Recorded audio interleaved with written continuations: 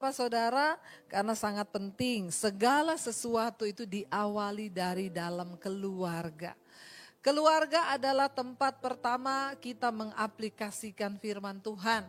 Buat apa kita terlihat hebat di luar, padahal di dalam keluarga kita hancur. Buat apa kita memiliki mungkin bisnis yang berhasil atau kedudukan atau nama yang besar, tapi kalau keluarga kita hancur, maka itu adalah kegagalan yang sangat-sangat menyedihkan. Saya berdoa supaya kita tidak hanya kelihatan hebat di luar, tetapi kita mulai dari keluarga. Keluarga adalah tempat pertama kali kita belajar untuk menghargai, untuk mengasihi. Ya, karena sesungguhnya omong kosong kalau orang di luar itu terlihat menghormati atau mengasihi, tapi padahal di dalam keluarga sendiri ya kelakuannya seperti itu. Saya banyak dapat konseling, Bu, suami saya itu kalau di luar Bu kayak malaikat. Teman-temannya semua senang kalau ada dia, Bu. Dia bisa ketawa-ketawa, bahkan bikin ketawa orang. Suka traktir teman-temannya. Di luar seperti malaikat, Bu. Di rumah kayak setan. Di sini tidak ada, amin. Tidak ada yang ngaku. Ya, banyak yang seperti itu. Ya, atau istri saya itu, Bu, wah kalau ketemu temennya orang lain itu halus. Ya, istri saya kalau mau keluar ketemu temennya dandan, cantik Bu, luluran. Tapi di rumah ketemu suami, kayak. Ya, mari kita bertobat, saudara. Kita mengaplikasikan rasa menghargai dan mengasihi pertama kali itu dari dalam keluarga. Omong kosong kalau kita bilang di luar hebat tapi di keluarga sendiri berantakan, percuma. Buat apa? Ya, karena sesuatu yang murni itu lahir dari dalam, tapi yang pencitraan itu dari luar. Ya, jadi segala sesuatu kalau kita mau lakukan untuk orang lain, untuk apa? Mari kita lakukan yang pertama bagi Tuhan, bagi diri kita, dan bagi keluarga kita lebih dahulu. Nah, kita bersyukur firman Tuhan itu sudah mengatur semuanya. Kita ini bersyukur punya Alkitab. Kenapa? Kalau pada zaman dulu, saudara yang suka ikut mesbah doa, kita tuh kan seperti pendalaman Alkitab, kita baca dari kitab Kejadian. Bagaimana sejarah bangsa Israel dibawa keluar dari tanah perbudakan di Mesir ke satu tanah yang Tuhan janjikan, yaitu tanah perjanjian. Ketika dulu mereka dari Mesir keluar di padang gurun menuju satu tanah perjanjian, itu mereka tuh kalau ada masalah dalam keluarga, sesama mereka, bayangkan Musa membawa ribuan orang loh. Dan kalau mereka ada masalah, mereka cari Musa. Mereka konseling sama Musa. Lah Musa untuk menemukan jawaban, Musa datang kepada Tuhan, tanya. Jadi pada waktu itu betapa repotnya Musa ya. Ribuan orang, saya aja sekarang repot saudara. Yang masuk di WA ini puluhan ribu. Tapi yang lucunya banyak yang tidak bermutu. Makanya tidak saya balas. Contoh kemarin, Bu, kok gak direspon-respon? Saya buka itu, kelewat itu tulisannya, kok gak direspon-respon? Biasanya yang begitu-begitu itu justru yang gak mutu. Bener aja saya buka. Saya klik ternyata begini, Bu, saya sama istri saya hubungannya kan lagi tidak baik. Jadi saya coba-coba cari kenalan-kenalan di internet. Ada aplikasi yang bisa kita dapat sahabat-sahabat cewek-cewek. Lalu saya dapat satu teman perempuan, Bu. Akhirnya kami sering ngobrol, curhat-curhatan, lalu terikat ke emosi. Ya, jadi benar-benar perasaannya tumbuh bersemi. Lalu akhirnya saya makin kesini makin saya enggak sejahtera nih, karena saya lihat dia tergila-gila bener Bu sama saya. Siang malam itu akhirnya nyari saya terus. Lalu saya akhirnya jujur sama dia bahwa saya ini suami orang. Saya sudah punya istri, tapi dia nggak peduli, dia bilang saya sudah terlanjur cinta. Ada orang ya, belum ketemu udah cinta, pret banget nggak? Pret kan? Makanya hati-hati. Lalu Bu, saya mau putusin dia, akhirnya kami telepon-teleponan tiap hari, saya mau putusin dia, menangis Bu. Terus pertanyaannya, menurut Ibu gimana ya? Yang kayak begitu mau saya bales? Sorry aja. Masih banyak urusan yang lebih penting yang harus saya urus. Model-model begitu saya lewatin. Nggak usah cari saya, jangan tanya saya. Saya bilang, Pak, Kenapa saya nggak respon pertanyaan Bapak? Nggak ada yang lebih penting dan lebih heboh lagi dari ini? Sorry ya, Alkitab berkata Tuhan menulis hukum-hukumnya dalam hati nurani manusia. Engkau nggak perlu tanya pendeta, di hatimu itu sudah ada hukum Tuhan kok. Engkau tahu mana yang baik, mana yang tidak baik kan? Nah sekarang nanya, saya putusin dia, dia nangis. Menurut ibu gimana? Menurut saya ke laut aja lu. Buang waktu enggak? Buang tenaga, buang pulsa lagi. Buang kuota saya jawab engkau. Pak denger ya, jangan tanya sama saya yang pertanyaan begini. Engkau manusia paling bodoh saya mau ngomong. Kenapa? Tuhan bilang, orang kalau enggak ngerti kehendak Tuhan itu manusia paling bodoh. Maaf saudara, sehebat apapun titelmu, kedudukanmu, engkau punya pangkat. Kalau engkau tidak mengerti kehendak Tuhan, engkau paling bodoh di dunia kata Alkitab. Bilang amin.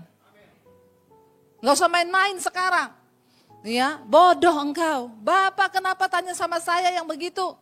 Untung saya nggak ketemu Bapak. Ketemu Bapak saya baptis ulang kau. Saya rendam 15 menit. Biar buka mata langsung di rumah Bapak di sorga. Lebih baik tubuhnya binasa tapi jiwanya selamat.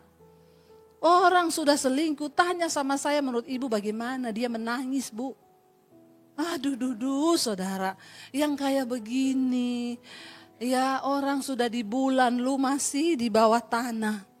Nggak ngerti apa-apa, ngerti firman kagak, apalagi rencana Tuhan. Ya, makanya saya malas tuh yang begitu-begitu. Bu, saya ada utang nih, gimana menurut ibu? Lah bayar dong, jangan tanya saya gimana. Lah terus nanya saya apa yang bisa saya lakukan?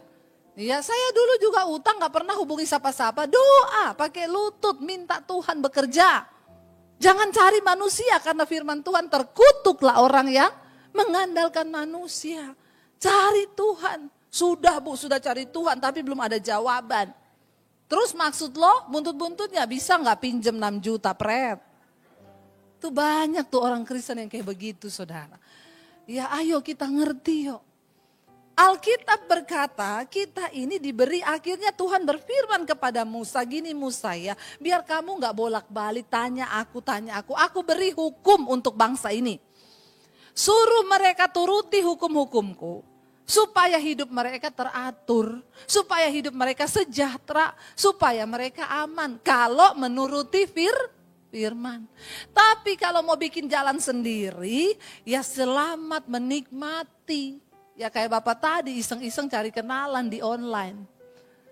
Akhirnya puyeng sendiri. Ngajak saya ikut puyeng, emoh aku. Puyeng odewe kata orang Jawa. Jangan ngajak-ngajak saya masuk dalam masalah yang dicari-cari. Banyak orang yang lebih butuh untuk membutuhkan Tuhan dalam hidupnya. Saya tidak mau mengurus yang begitu-begitu. Kenapa? Tuhan sudah beri engkau kuasa. Jangan lagi engkau main-main. Ya, tidak ada pendeta hebat yang bisa tolong kau, biar saya tumpang kaki sekalipun. Kalau memang maumu main-main dengan dosa, percuma saudara. Nah ayat ini dikatakan kita harus hidup mulai dari keluarga. Ya, kita bersyukur Alkitab mengatur sampai ke masalah keluarga. Bagaimana supaya keluarga rumah tangga kita itu berbahagia. Coba kita buka bersama Kolose pasal yang ketiga, mulai ayat yang ke-18. Nurut ini saja dijamin bahagia rumah tanggamu. Untuk istri-istri pertama ya. Ini firman Tuhan berkata. Kolose 3 ayat 18. Saya ingatin dulu suami jangan colek istrimu. Baca ayat itu. Baca tuh. Karena ada nanti bagiannya suami. Jangan colek dulu istrimu. Baca sama-sama terutama para istri. 1, 2, 3. Hai istri-istri, tunduklah kepada suamimu sebagaimana seharusnya di dalam Tuhan.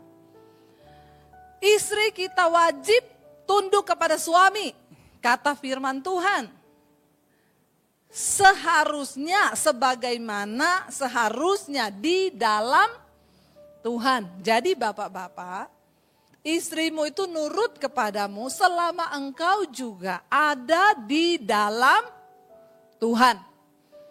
Kalau engkau di luar Tuhan, jangan tuntut istrimu untuk tunduk kepadamu. Ini Alkitab semua ada sebab, ada akibat. Satu kali seorang suami ngomong, Bu, tolong WA ke saya ayat yang tentang istri harus tunduk pada suami. Saya balas, kenapa Pak? Mau saya kasih sama istri saya. Saya bilang sebelum saya kirim yang untuk istri, saya kirim dulu yang untuk suami. Ya, supaya Bapak mengerti. Kalau Bapak sudah melakukannya untuk suami, baru Bapak bisa kirim ayat itu ke istri. Oh, memangnya ada? Ada Pak. Apa Bu? Ayat yang ke-19. Ayat 19 baca sama-sama suami-suami dengan suara keras 1, 2, 3. Hai suami-suami, kasihilah istrimu dan amin bapak-bapak. Aminnya rela ya. Ya, amin ya.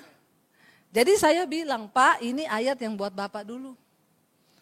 Bapak sudah mengasihi istrimu dan sudah tidak berlaku kasar enggak sama istri. Dengan kata lain harus berlaku baik kepada istri. Kalau Bapak belum melakukan ini, jangan tuntut istrimu tunduk kepadamu. Ya, ayat ini berkata, hai suami-suami, kasihilah istrimu. Firman Tuhan bilang kasih itu apa? Kasih itu sabar, kasih itu murah hati, kasih itu tidak sombong, kasih itu tidak memegahkan diri, kasih itu tidak mementingkan diri sendiri, kasih itu rela berkorban. Sudahkah engkau melakukan semua itu bagi istrimu? Atau engkau berlaku tidak kasar kepada dia? Kalau engkau sudah melakukan itu, engkau bisa menuntut istrimu untuk tunduk kepadamu. Ya, jangan sampai pakai ayat itu. Sudah baca belum kamu firman Tuhan dalam Kolose pasal 3 ayat 18? Istri tunduk kepada suami, modelnya kayak begini. Tapi ngomongin firman ke istri. Ya, gayanya aja kasar begitu, istri ngomong sedikit udah mencak-mencak. Saya mau berkata Bapak Ibu, ayo kita pakai firman untuk introspeksi diri. Jangan pakai firman untuk saling menyerang. Semua ada ayatnya. Bagaimana mungkin istri bisa tunduk kepada suami yang tidak takut akan Tuhan? Ya, selama dia di dalam Tuhan, engkau harus tunduk. Ada ibu-ibu konseling, Bu. Sebenarnya sampai di mana batasan tunduk itu? Karena ini Bu, suami saya itu mau menjual saya kepada temannya. Karena kesulitan ekonomi. Saya menolak, dia bilang istri itu harus tunduk loh. Apa yang suami suruh tunduk? Saya bilang disuruh tunduk sama suami Bu, bukan sama setan. Kalau suamimu model begitu mau menjual engkau tuh bukan suami, itu setan kan namanya. Dalam bentuk suami, pura-pura menyamar. Jangan kau turuti Bu. Masa ada suami mau menjual istri? Saya bilang disuruh tunduk itu di dalam Tuhan. Bapak-bapak, kalau engkau hidup dalam Tuhan, mengasihi istri, menghormati istri juga, tidak mungkin istrimu tidak tunduk kepadamu. Amin. Firman Tuhan itu ada sebab akibat. Tidak mungkin kalau engkau mengasihi istri, engkau berlaku bijaksana, apa-apa tanya istri, kesepakatan bersama. Dengar ya, ketika kita menikah, kita membangun sebuah komitmen. Kita masuk dalam sebuah bahtera, pernikahan itu ibarat kapal. Nakodanya siapa? Suami dan istri. Saling bantu. Iya, kapten kapal tuh nggak bisa sendiri. Dia suruh lempar jangkar, emang dia bisa sendiri? Dia lari ke belakang lempar jangkar, lalu dia pegang lagi kemudi, nggak bisa. Engkau butuh penolong. Kenapa Alkitab berkata, jangan menjadi pasangan yang tidak seimbang dengan orang yang tidak seiman, tidak percaya. Bagaimana mungkin ada dua nahkoda dalam rumah tangga, yang satu mau belok kanan, yang satu belok kiri. Maka terbelahlah kapalmu. Anak-anakmu sebagai penumpangnya lari loncat di laut semua. Makanya banyak rumah tangga Kristen yang kacau dan hancur. Kenapa? Karena tidak ada firman di dalamnya. Ketika saya menikah dengan suami, waktu engkau memutuskan engkau menikah, itu artinya firman Tuhan bilang engkau meninggalkan ayahmu dan ibumu bersatu dengan pasanganmu. Artinya apa? Waktu kita membangun rumah tangga, jangan ada doktrin-doktrin atau campur tangan mertua masuk ke dalam rumah tangga kita. Dari pihak manapun tidak boleh. Kenapa seringkali terjadi perceraian? Karena orang tua ikut-ikutan nyetir nahkoda anak-anaknya. Di dalam rumah tangga saya dan suami, Orang tua boleh memberi nasihat yang sesuai firman, kami terima. Tapi kalau harus ngikuti dulu mama begini loh. Oh no, sorry, saya dan suami, kami sudah punya prinsip sendiri dalam rumah tangga kami, yaitu firman Tuhan. Jadi tidak ada intervensi lain. Ya, saya dan suami sepakat rumah tangga kita, nahkoda kita berdua yang jalani.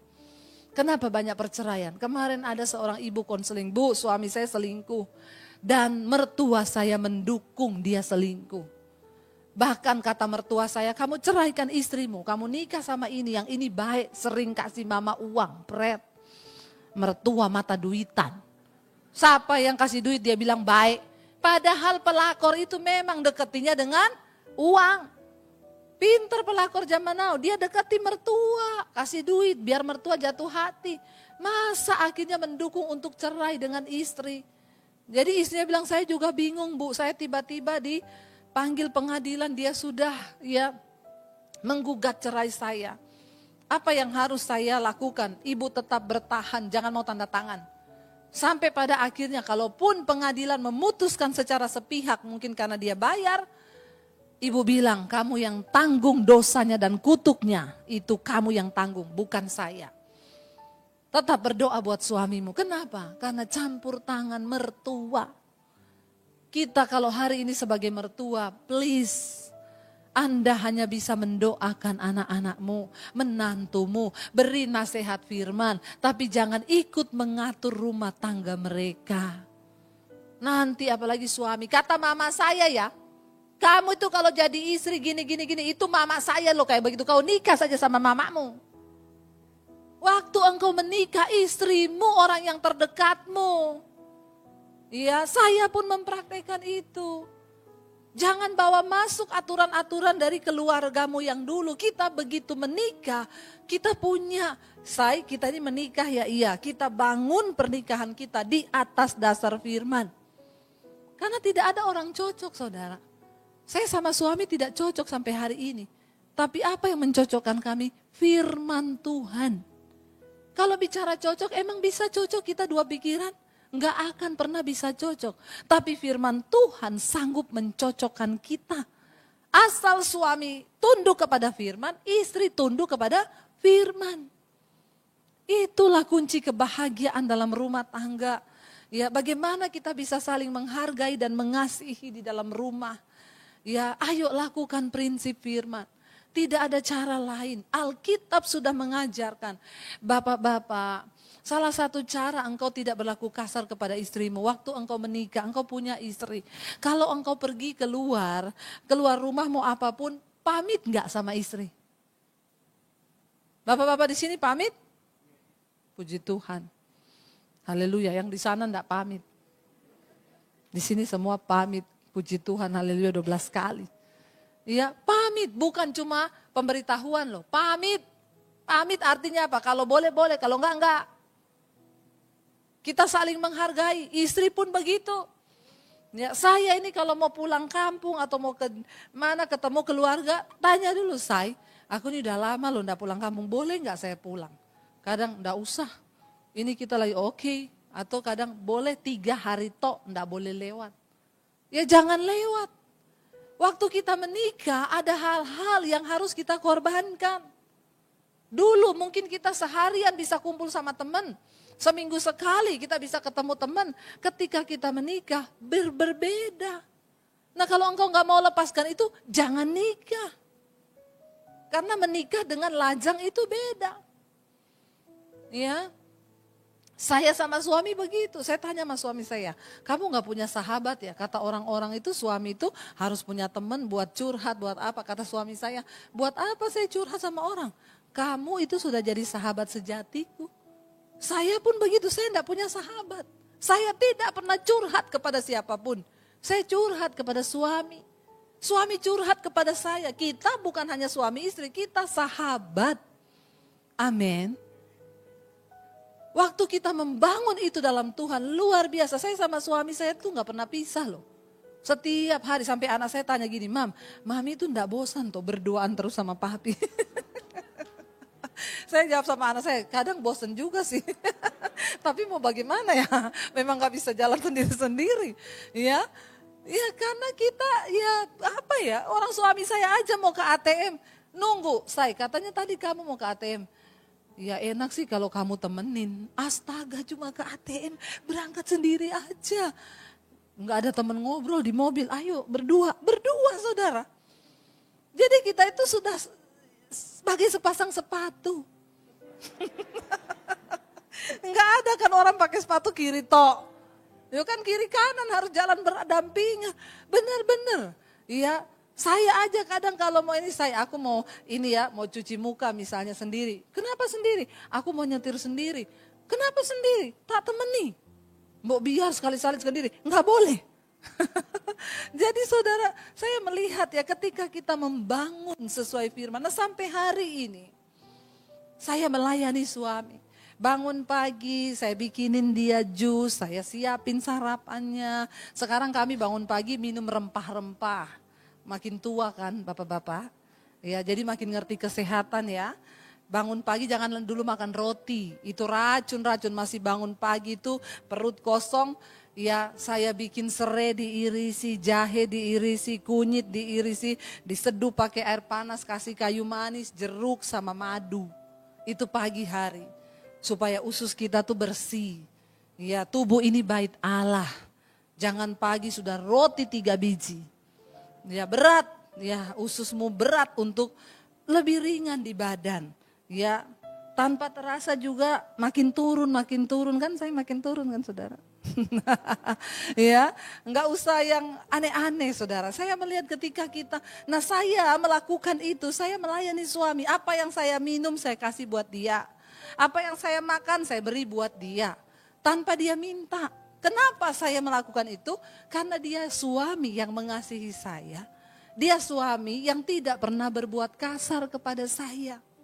Itu timbal balik dari kita melakukan firman. Kenapa ada jus dibikin dikasih sianida? Kenapa coba? Karena ada hati yang terluka kan. Bikin jus dengan hati yang terluka. Lihat saja minum kau ini, mati kau. Wah bahaya saudara. Ya ini adegan berbahaya, jangan ditiru. Tapi itu otomatis. Jadi kita nggak usah saling tuntut menuntut. Siapa yang harus kita tuntut? Diri kita sendiri. Saya mencoba melakukan seolah-olah untuk Tuhan. Ya, ketika kita melakukan semuanya seolah-olah untuk Tuhan, maka kita juga akan melihat Tuhan turut bekerja dalam segala sesuatu untuk mendatangkan kebaikan. Ya, Alkitab bilang semua yang kau lakukan, entah itu dengan perbuatan, dengan perkataan, lakukanlah seolah-olah bukan untuk manusia tetapi untuk Tuhan. Engkau mengasihi istrimu itu engkau dapat upah. Ya, Alkitab bilang bahkan hai suami, kasihlah istrimu seperti dirimu sendiri supaya doamu tidak terhalang. Kenapa ada suami-suami yang doanya terhalang? Dia tidak pernah melihat datangnya keadaan baik seperti terkutuk karena engkau tidak mengasihi istrimu. Doamu cuma sampai di plafon balik lagi. Ya, kalau engkau mau melihat doamu tidak terhalang, kasihi istrimu. Istri-istri juga berdoa menjadi pelaku firman Tuhan. Ya, kita menjadi istri yang bijaksana, mengatur suami, anak-anak supaya rumah tangga kita berbahagia dan menjadi kesaksian. Ya, lalu bagaimana dengan anak-anak? Kita lihat di sini dikatakan ayat yang berikutnya. Ya, hai anak-anak, taatilah orang tuamu dalam segala hal, karena itulah yang indah di dalam Tuhan. Ini anak-anak yang masih dalam pengawasan. Ya, di dalam rumah tangga anak-anak, engkau hidup menjadi anak, taati orang tuamu, karena enggak ada orang tua yang mengajarkan yang tidak baik kepada anak.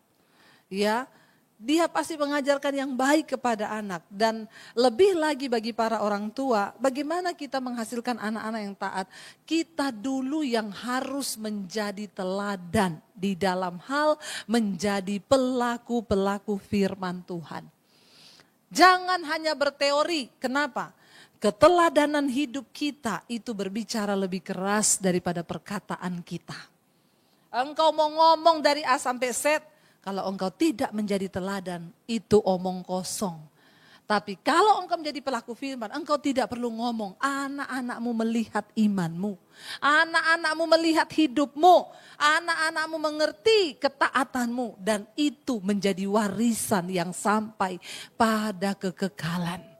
Jangan hanya meninggalkan warisan harta. Tapi tinggalkan warisan iman. Harta bisa habis. Harta bisa bikin mereka berantem.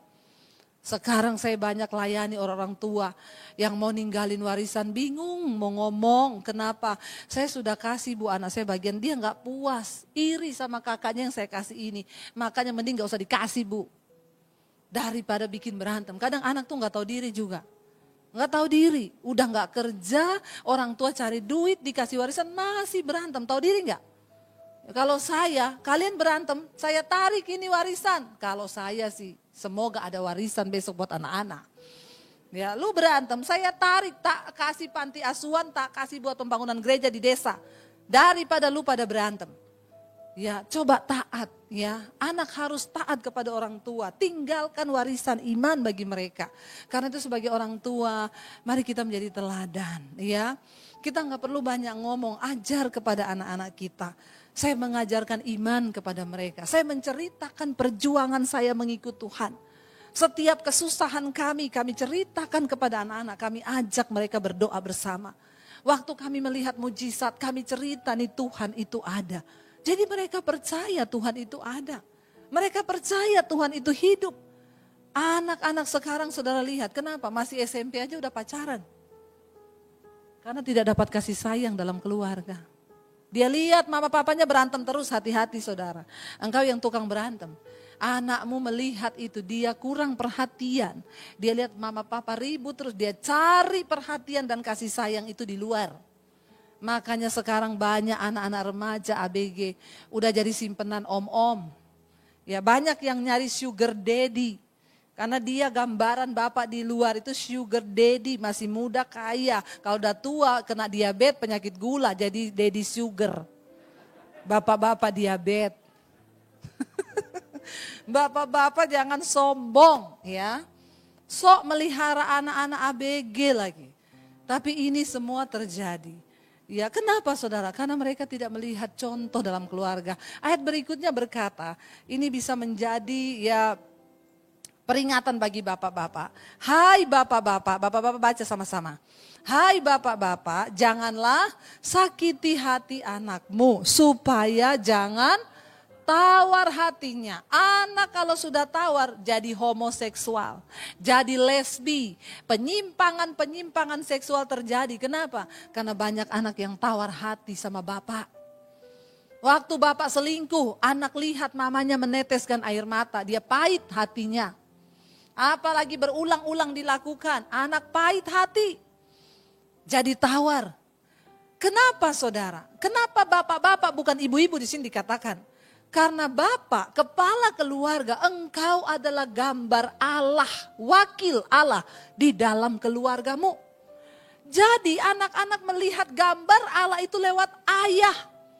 Kalau ayahnya bejat, ayahnya tidak bertobat, gambar Allah ini rusak. Makanya anak-anak ini menjadi anak-anak yang tumbuh tidak peduli dengan Tuhan. Enggak peduli, enggak Tuhan-Tuhanan.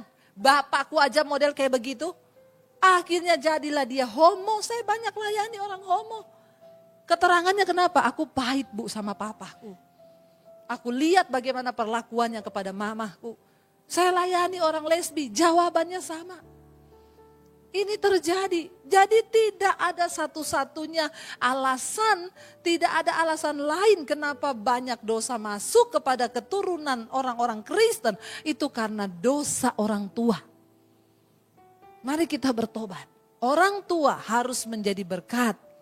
Saya pernah diundang keluarga kaya. Bu, anak-anak kami ini sekolah di luar negeri. Besok mereka mau kembali. Saya minta ibu untuk mendoakan mereka, mengurapi mereka. Saya datang saudara. Saya bilang satu hal, ya saya mau asal papahnya hadir. Wah papahnya kayaknya sibuk bu, gak ada waktu. Kalau papahnya gak datang, saya pun tidak akan datang. Sampai begitu bu, iya. Akhirnya telepon, baik bu, bapaknya mau datang. Ini demi anaknya. Engkau tidak bisa melempar tanggung jawab itu kepada pendeta. Engkau sebagai ayah yang dititipkan Tuhan tanggung jawab itu. Saya datang. Akhirnya di situ ya kumpul semua, saya bilang kita akan berdoa. Saya akan berdoa buat anak-anak ini. Tapi yang akan mengurapi mereka bukan saya. Tetapi orang tua terutama bapak. Bapaknya langsung kebingungan. Hah? Saya bilang kenapa Pak? Ya gimana ya Bu? Katanya kalau kita mengurapi orang itu akan transfer roh-rohnya yang dari kita ke anak. Lah emang Bapak ada roh apa? Rohana atau rohani? Atau roh halus? Lo bener gak? Maaf ya Pak, kenapa saya suruh Bapak yang mengurapi? Bukan pendeta. Bapak imam di dalam keluarga. Zaman perjanjian baru. Bukan perjanjian lama, imam ditentukan ini. Makanya saya selalu bilang jangan cari pendeta. Engkau beriman sendiri kepada Tuhan. Orang mau datang ke saya, Bu, urapi rumah saya. Kita berdoa, tapi Bapak sama Ibu yang urapi rumah ini. Karena setan takut sama imanmu, bukan iman saya. Ya lalu gimana ya Bu? Makanya Bapak sekarang berdoa, minta Tuhan kuduskan. Dan bukan cuma itu, bertobat. Kalau engkau punya roh kenajisan, percabulan, hari ini tobat Pak. Walaupun engkau gak tumpang tangan sama anakmu. Kutuk itu ada Pak. Apalagi kalau anakmu gak bertobat. Lebih lagi kena kutuk dari orang tua. Begitu ya Bu? Iya, sekarang gak ada pilihan kan. Bapak harus berdoa buat mereka. Saya mengajari yang benar kepada jemaat. Karena saya tidak punya kepentingan apa-apa dengan hidupmu. Tapi Tuhan yang punya kepentingan dengan hidup kita. Amin.